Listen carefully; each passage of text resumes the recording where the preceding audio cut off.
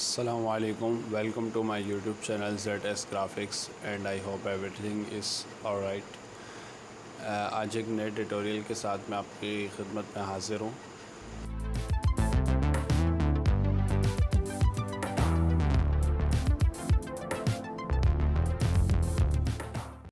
Previous tutorial में हमने देखा था शेप टूल को और इसकी प्रॉपर्टीज़ को कि हम शेप टूल की मदद से क्या काम कर सकते हैं, यानी शेप टूल का फ़ोटोशॉप के अंदर क्या रोल होता है। जो व्यूअर्स ट्यूटोरियल्स को वॉच नहीं कर सके उनके लिए टॉप पर लिंक मौजूद है, उस लिंक को ओपन करके आप इजीली वॉच कर सकते हैं। Now we started a new tutorial of clone stamp tool. Clone stamp tool में सबसे पहले मैं आपको इसका बेसिक इंट्रो दे दूं कि हम इसमें क्या सीखेंगे। इसमें बेसिकली क्लोन स्टेम टूल की मदद से हम किसी भी पिक्चर को या शेप को इजीली कॉपी पेस्ट कर सकते हैं या रिप्लेस भी कर सकते हैं।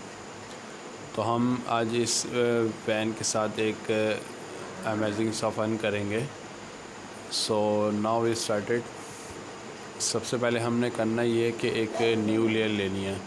न्यू लेयर लेने की वजह यह है कि हम अपना जो भी वर्क करेंगे वो हमारी इस न्यू लेयर के अंदर मौजूद होगा। इंडिविजुअल लेयर्स लेना इसमें लाजमी है, क्योंकि अगर हम एक ही लेयर के अंदर रहते हुए अपना सारा काम करेंगे, यानी हम एक ही लेयर के अंदर मौजूद तमाम वर्किंग करेंगे, तो उससे हमें नुकसान ये होगा कि हम आफ्टर दी वर्क अगर उसमें कोई चेंजिंग करना चाहें तो हम इजीली चेंजिंग नहीं कर सकते। इसीलिए हमें इंडिविजुअल लेयर्स के साथ काम करना ज़रूरी है। हम एक लेयर्स लेंगे and after the select the layer हम स्टार्ट करेंगे अपना clone stamp tool. Clone stamp tool को सेलेक्ट करने के बाद टूल सेलेक्ट करेंगे और ऑल्ट दबाकर उस एरिया को सेलेक्ट करेंगे जो एरिया हमें रिक्वायर्ड है। हमें अपना वर्क स्टार्ट करने से पहले एक चीज़ का ख्याल लाजमी रखना है कि हम विंडो में जाकर क्लोन सोर्स का एक ऑप्शन मौजूद होगा, उसको हम सिलेक्ट करेंगे और यहाँ से हम इसको हॉरिजॉन्टली फ्लिप कर लेंगे। फ्लिप करने की वजह ये है कि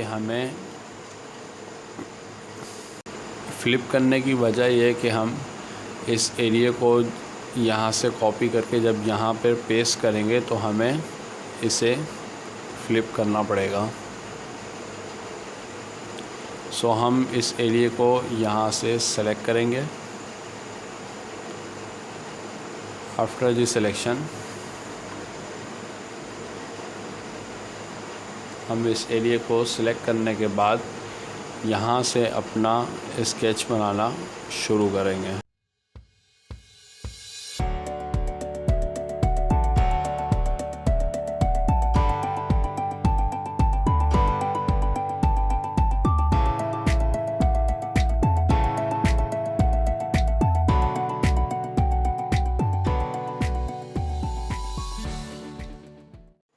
वाओ, अमेजिंग, अनबिलीवेबल।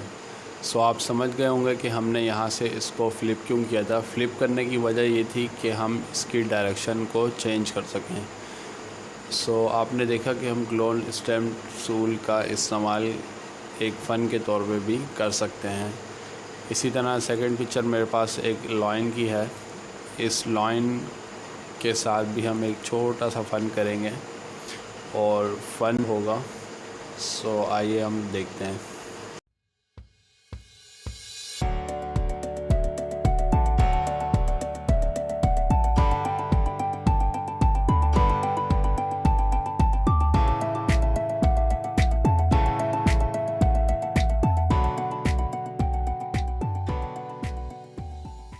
आज का जो हमारा टूल था क्लोन स्टेम टूल, ये बहुत ही एक अमेजिंग टूल है।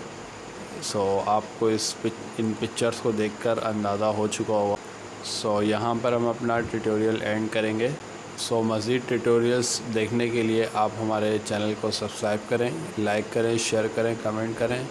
And if any person face any problem, don't worry and share your problem in a comment box. Meet in our next tutorial. मिलते हैं अगले ट्यूटोरियल में, तब तक के लिए अल्लाह हाफ़िज़।